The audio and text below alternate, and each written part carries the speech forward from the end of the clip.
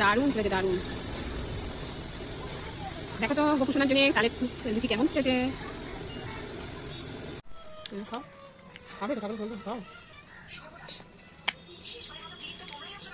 টুকমো টুকমো করবে। দেখো ভোগ, ভোগ সবসময়তেই ভোগ ভোগ ভোগ, মানে কোনো আলা নেই, খেতে হয়।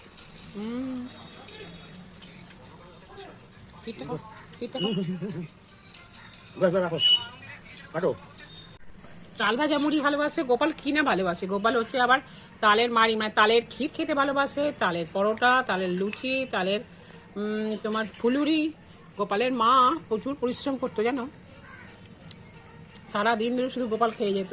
এই গোপালগুলো কি কম খায় নাকি, ভাজার গন্ধতেই নাকানাকি করে।